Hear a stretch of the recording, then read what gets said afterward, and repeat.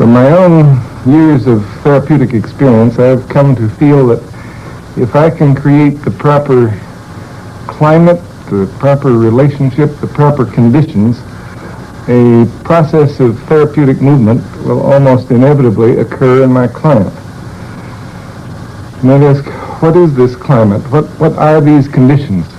Will they exist in the interview with the woman I'm about to talk with, whom I've never seen before? Well, let me try to describe very briefly what these conditions are as I see them. First of all, one question is, can I be real in the relationship? This has come to have an increasing amount of importance to me over the years. I feel that genuineness is another way of describing the quality I would like to have. I like the term congruence, by which I mean that what I'm experiencing inside is present in my awareness and comes out through my communication. In a sense, when I have this quality, I'm all in one piece in the relationship. There's another word that describes it for me. I feel that in the relationship, I would like to have a transparency. I would be quite willing for my client to see all the way through me, that there would be nothing hidden. And when I'm real in this fashion that I'm trying to describe, then I know that my own feelings will often bubble up into awareness and be expressed, but be expressed in ways that won't impose themselves on my client. Then the second question I would have is, will I find myself prizing this person, caring for this person? I certainly don't want to pretend a caring that I don't feel. In fact, if I dislike my client persistently, I feel it's better that I should express it. But I know that the process of therapy is much more likely to occur, and constructive change is much more likely, if I feel a real spontaneous prizing of this individual with whom I'm working. A prizing of this person as a separate individual. You can call that quality acceptance, you can call it caring, you can call it a non-possessive love, if you wish. I think any of those terms tend to describe it. I know that the relationship will prove more constructive if it's present. Then the third quality, will I be able to understand the inner world of this individual from the inside? Will I be able to see it through her eyes?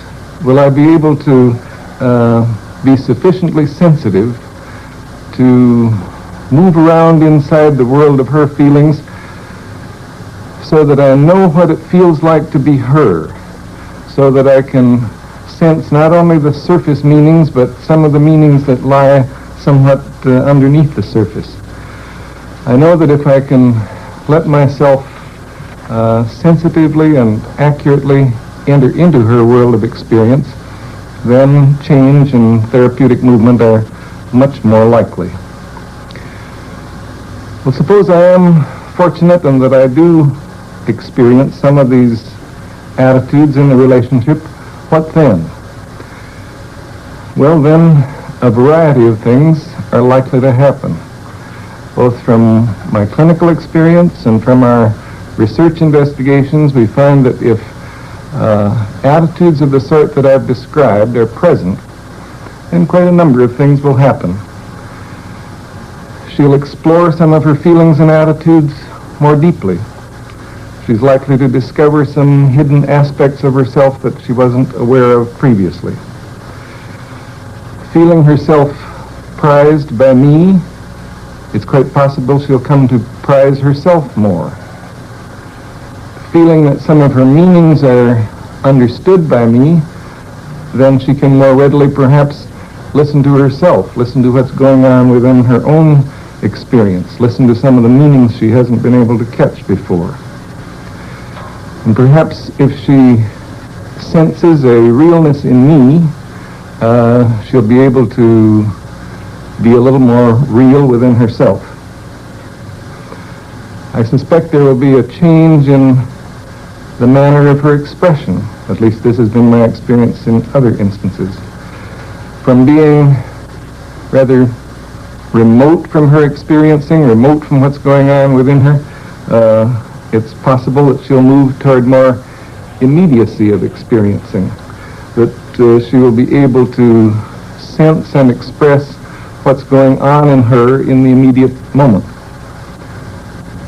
From being disapproving of herself, it's quite possible she will move toward a greater degree of acceptance of herself. From somewhat of a fear of relating, she may move toward being able to relate more directly and to encounter me more directly. From construing life in somewhat rigid black and white patterns, she may move toward more tentative ways of construing her experience and of seeing the meanings in it. From a locus of evaluation which is outside of herself, it's quite possible she will move toward recognizing a greater capacity within herself for making judgments and drawing conclusions. So those are some of the changes that we have tended to find, and I think that they are all of them changes that are characteristic of the process of therapy or of therapeutic movement. If I have any success in creating the kind of conditions that I described initially, then we may be able to see some of these changes in this client, even though I know in advance that our contact is going to be very brief.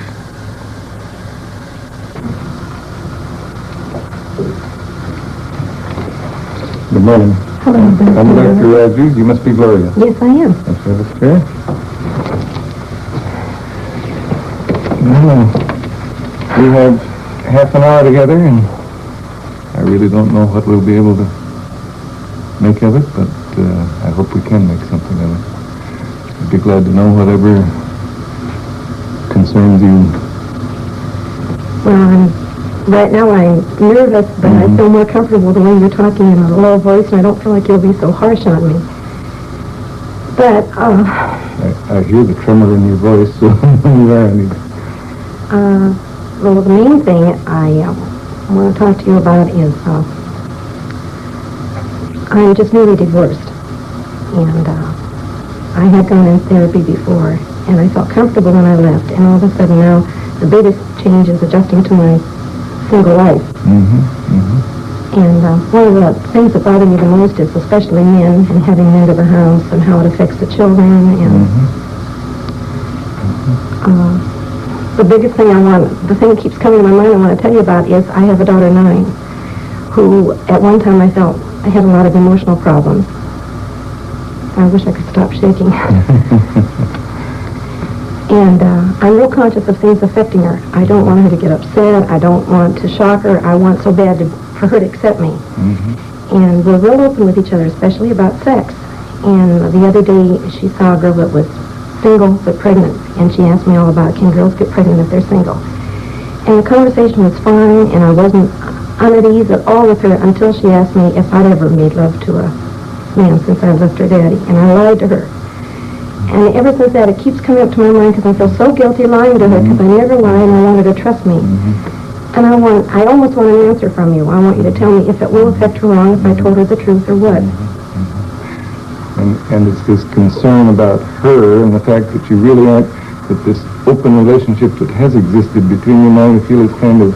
Yes, I feel like I have to be on guard about that because I remember when I was a little girl, when I first found out my mother and father made love, it was dirty and terrible, and I didn't like her anymore for a while.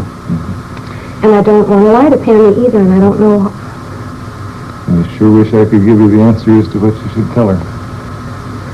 Oh, I was afraid you were going to say that.